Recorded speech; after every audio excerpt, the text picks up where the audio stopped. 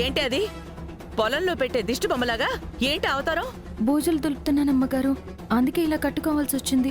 అంటే బూజులు దులిపిన చేతులతో ఇప్పుడే కాఫీ తీసుకొచ్చావా? నీకసలు బుద్ధుందా?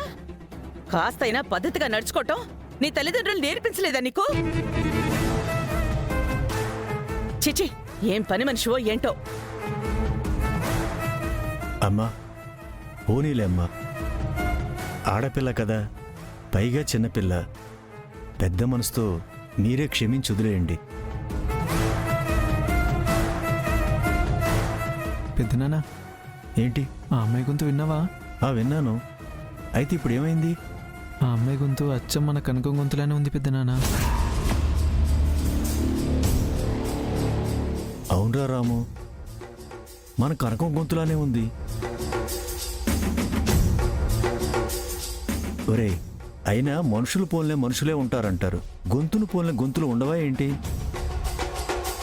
సరే పెద్దనాన్న. ఏంటి దిష్టి బొమ్మలా ఇంకా అలాగే నిలబడ్డావు? అందరికీ కాఫీ ఇవ్వు. సరేనమ్మా.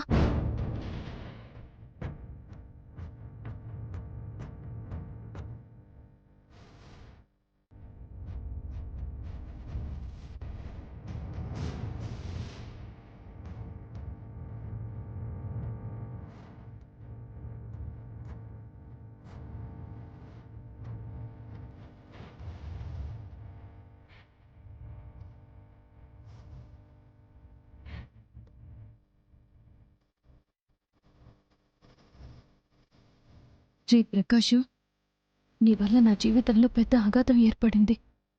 నా భవిష్యత్తు అగమ్యగోచరంగా అయిపోయింది. నిన్ను మాత్రం ఎట్టి పరిస్థితుల్లోనూ వదలనురా.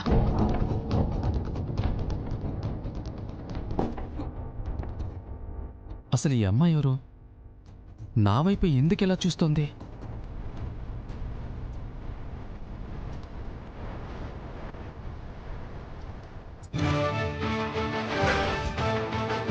ఈ అమ్మాయి కనక మహాలక్ష్మి కదూ?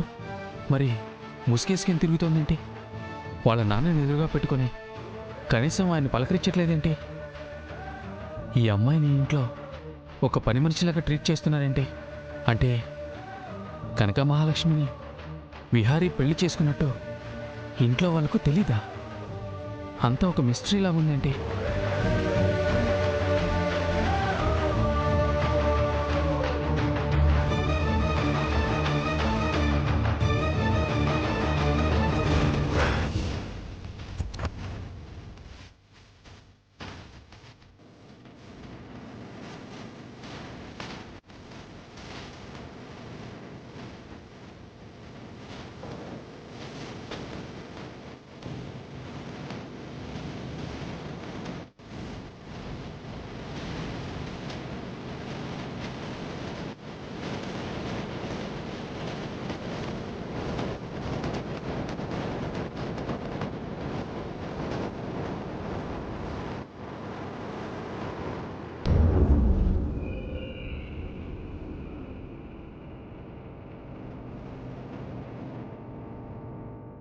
బాబా, కాఫీ అమృతంలా ఉందమ్మా.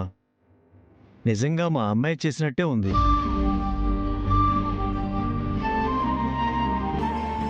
తను వంటలు బాగా చేస్తుందండి.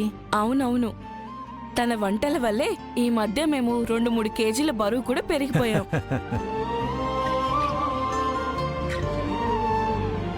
పోనీలేండి అమ్మా, ఇంట్లో ఏది ఎలా ఉన్నా అమృతంలా వండి పెట్టడానికి ఒక చెయ్యుంటే చాలు.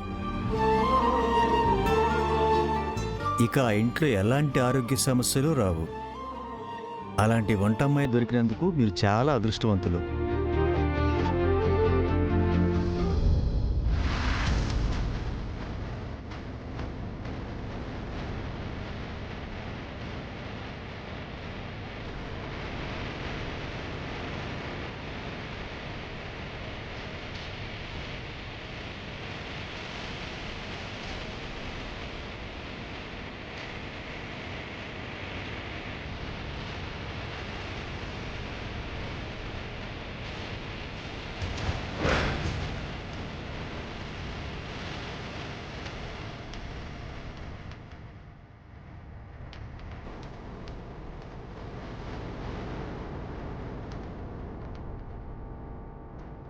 ఇంతకీ చీరల సెలెక్షన్ ఎంతవరకు వచ్చింది? ఈ చీరల గురించి పక్కన పెట్టి గాని ఇంతకీ మీ బావేడే? అదిగో వస్తున్నాడు.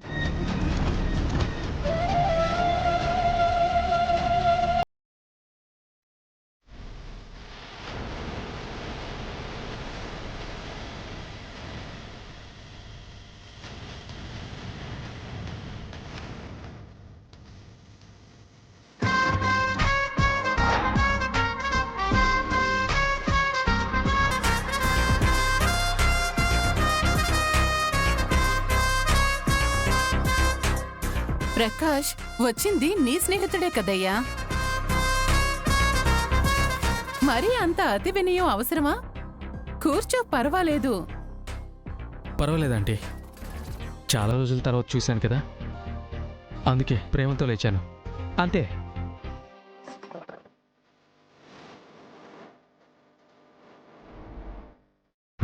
నా స్నేహితుడిని మోసం చేసి మళ్ళీ ఏ మొహం పెట్టుకుని వచ్చావురా? అందరూ ఉన్నారు కాబట్టి బతికిపోయావు, లేదంటే ఈరోజు నా చేతిలో నీకు చావు తప్పేది కాదు. ప్రకాష్, ఏంటయ్యా మీ ఫ్రెండ్ని పలకరించని కూడా పలకరించవా? శిలా విగ్రహంలో అలా చూస్తున్నావు? హాయ్రా, ఎలా ఉన్నావు?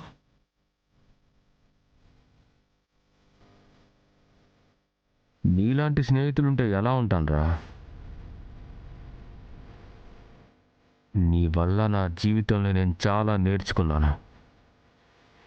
ఇంకోసారి టైం తీసుకొని నీ వల్ల ఏం పొందానో ఏం కోల్పోయానో మొత్తం చెప్తాను.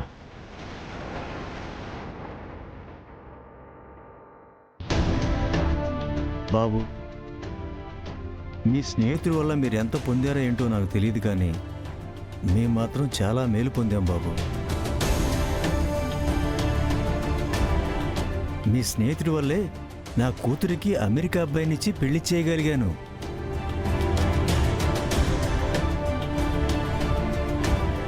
నా కూతుర్ని అమెరికా పంపించగలిగాను. మీ స్నేహితుడు మాకు చాలా మేలు చేశాడయ్యా. వీడి వల్ల మీ కూతురి జీవితం నాశనమైంది అంకుల్. ఆ విషయం మీకు చెప్పలేను. వాడు చేసిన దానికి వాడిని ఏమీ చేయలేకపోతున్నాను. ఎదురుగా ఉన్న అల్లుడు గారిని ఆదికేశవ్ గారు గుర్తుపట్టడం లేదు. అసలు ఆదికేశవ్ గారు గుర్తుపట్టకూడదనే విహారీ మాస్క్ వేసుకొచ్చినట్టున్నాడు. విహారీ కనక మహాలక్ష్మి హైదరాబాద్లోనే ఉన్నారు, కానీ ఆదికేశవ్ గారు మాత్రం వీళ్ళు అమెరికాలో ఉన్నారు అనుకుంటున్నారు. ఇక్కడ చాలా పెద్ద గేమే జరుగుతోంది.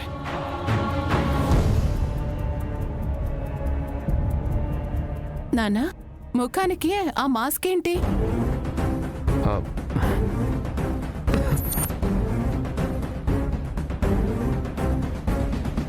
అవునరా, మాస్క్ ఎందుకు వేసుకున్నావు? అదా, బావకి ఉదయం నుండి ఒకటే తుమ్ములొస్తున్నాయంట పిన్ని. బాగా జలుబు చేసినట్టుంది. మనందరి ముందు తుమ్ముతూ కూర్చుంటే ఆ జలుబు మనకు కూడా వస్తుంది. అందుకే ఎందుకైనా మంచిదని నేనే మాస్క్ పెట్టుకోమన్నాను.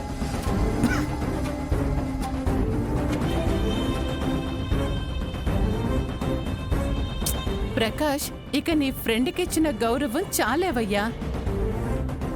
నువ్వు కూడా కూర్చో.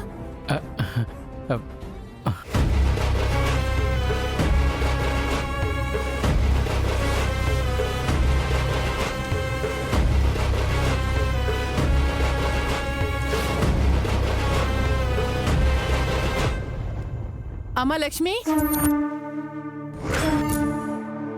లక్ష్మి,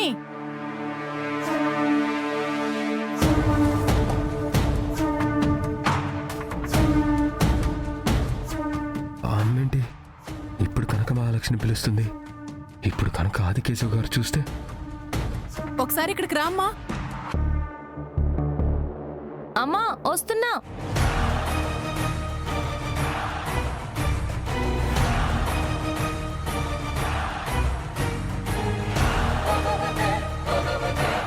ఏంటమ్మగారు? నా రూంలోకి వెళ్ళి నా బ్యాగు తీసుకొనిరా. ఆదికేశవ్ గారికి డబ్బులు ఇవ్వాలి. నేనా? పర్వాలేదమ్మా, నీ మీద నాకు నమ్మకం ఉంది, వెళ్ళి తీసుకొనిరా. అలాగేనమ్మా.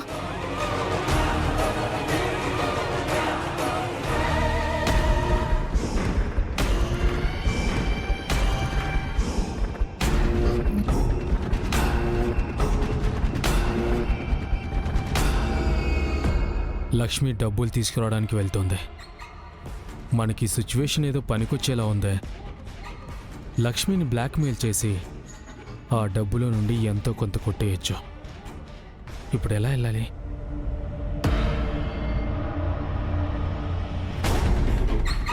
ఒక్క నిమిషం. హలో,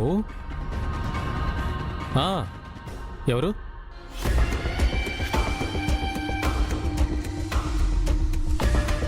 లక్ష్మి వెళ్ళడం చూసి చారుకేశబాబు కూడా మెల్లగా జారుకుని లక్ష్మి వెళ్తున్న వైపే వెళ్తున్నాడేంటి? అసలు బావ అటువైపు ఎందుకు వెళ్తున్నట్టు? ఏదో ప్లాన్ వేస్తున్నట్టున్నాడు. పెద్దనా, ఏంట్రా? మళ్ళీ విన్నావా? అచ్చం మన కనకం గొంతులానే ఉంది. అలాగే ఉంది, కానీ ఆ అమ్మాయి మన కనకం కాదు కదరా. అవుననుకో, కానీ రాము, ఊరుకోరా. ఇప్పుడు ఆ అమ్మాయి గొంతు ఎలా ఉంటే మనకేంటి చెప్పు?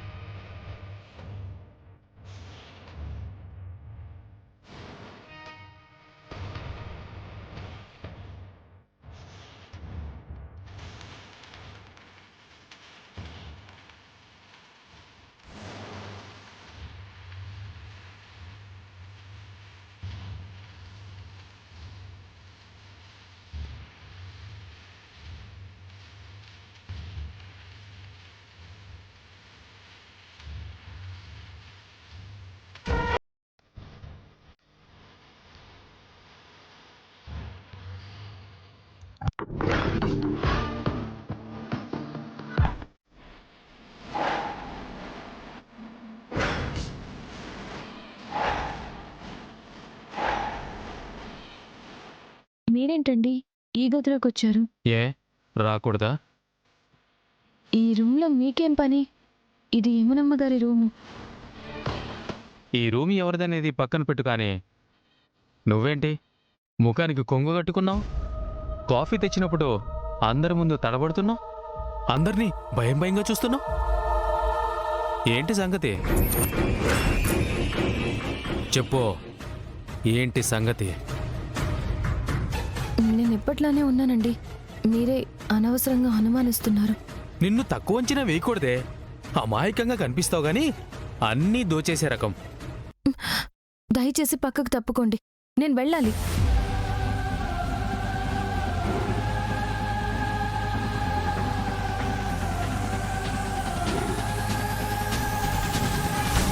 అయ్యో, ఎందుకు ఇలా అడ్డుపడుతున్నారు? దయచేసి తప్పుకోండి. సరే, నేను తప్పుకోవాలి అంటే నువ్వు ఒక పని చేయాలి. ఏంటది? ఈ బ్యాగులో చాలా డబ్బులున్నట్టున్నాయి కదా, ఇందులో ఎంతో కొంత చేతిలో పెట్టు, నేను దారిచ్చేస్తాను. మీరు అడగగానే ఇవ్వడానికి ఇవి నా డబ్బులు కాదు, యమునమ్మ గారి డబ్బులు. నేను ఇవి తీసి ఇవ్వలేను. మీకు అంతగా కావాలంటే వెళ్ళి యమునమ్మ గారిని అడుక్కోండి. ఏంటి అడుక్కోవాలా? ఎలా కనిపిస్తున్నానో? మర్యాదగా డబ్బులోంచి సగం తీసి నా చేతికివ్వో. మీరేమైనా చేసుకోండి, నేను మాత్రం డబ్బులు ఇవ్వను. నువ్వు గాని డబ్బులు ఇవ్వలేదనుకో, నీ గుట్టు మొత్తం బయట పెట్టేస్తా. నా గుట్ట? ఏ గుట్టు బయట పెడతారు? నాకేం తెలీదనుకుంటున్నావా? నువ్వు విహారీ చట్టాపట్టాలేసుకుని తిరుగుతున్నారంట కదా. విహారీ నువ్వు కలిసే ధర్మపురం వెళ్ళారంట కదా. కానీ విహారీ ఏమో ముంబై వెళ్ళానని అబద్ధం చెప్పాడు, నువ్వేమో తిరుపతికి వెళ్ళానని అబద్ధం చెప్పావు. కానీ ఇద్దరూ సరదాగా హనీమూన్ వెళ్ళొచ్చారు కదా, అంతే కదా?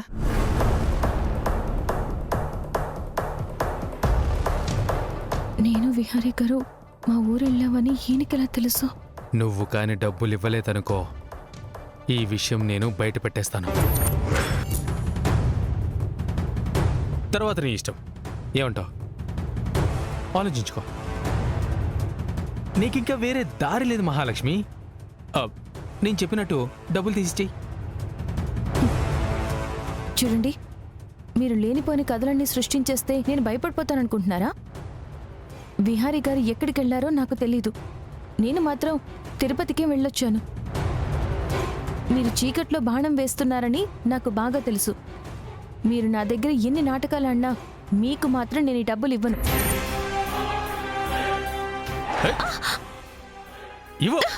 ఇవ్వమంటున్నానా? మీకే చెప్పేది, వదలండి.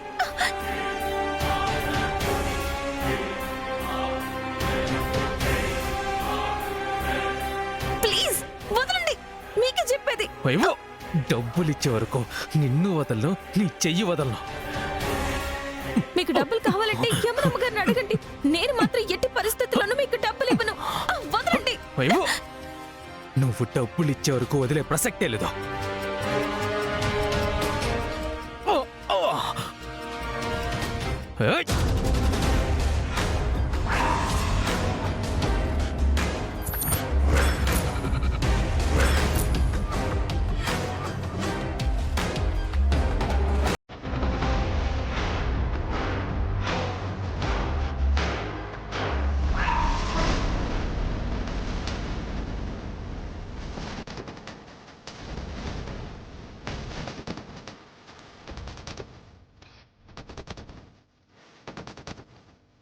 ఏంటి బావగారు, బెదిరించడంలో ఏదో బిజీగా ఉన్నట్టున్నారు?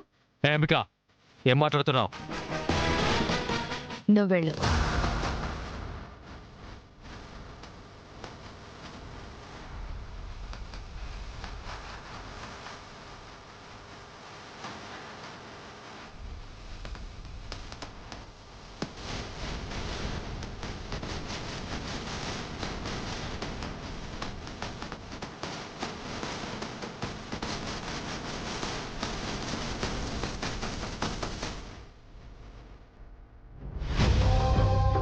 బావా బావా, నిన్ను చూస్తుంటే నాకు జాలేస్తుంది.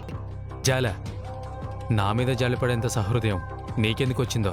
బావా, నీటిలో ఉన్నంతసేపే చేప తోకాడిస్తుంది.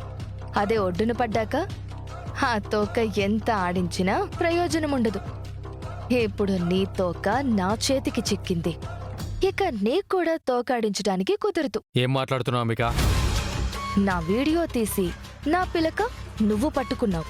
అందుకే ఇప్పుడు నీ వీడియో తీసి నీ తోక నేను పట్టుకున్నాను. నీ భాషలో చెప్పనా? ఒక కొత్త సినిమా రిలీజ్ అవుతుందన్నమాట. ఆ సినిమా ట్రైలర్ చూస్తావా?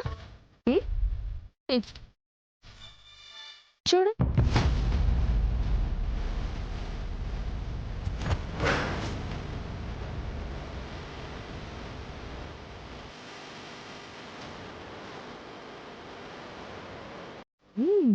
What a performance. చూడు బావా, చూడు.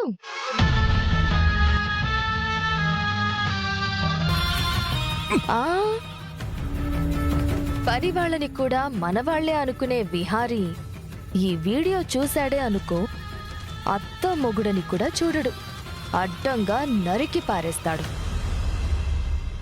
ఏం, ఈ వీడియో చూపించమంటావా? చూడు బావా, నా వీడియో బయట పెట్టాలని చూసావనుకో, నీ వీడియో బయటకొస్తుంది. నా వీడియో బయటకొచ్చిందనుకో, విహారీ 4 తిట్లు తిడతాడు, అంతే. కానీ నీ వీడియో బయటకొచ్చిందనుకో, నీకు ఈ నేల మీద నూకలు లేకుండా చేస్తాడు.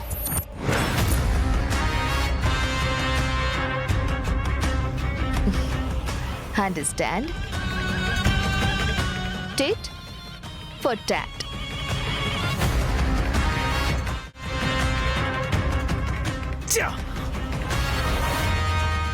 ఈ అంబికకి ఇలా దొరికిపోయానంటే.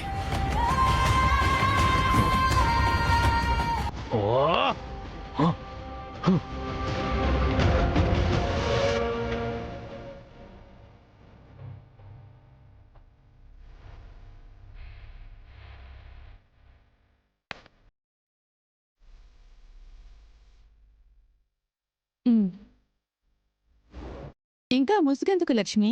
తీసేయచ్చు కదా. ఇంకా కొంచెం బూజులు దులిపే పని మిగిలిందమ్మా. అది కూడా అయిపోయాక తీసేస్తాను. సరే వెళ్ళు. ఉమ్.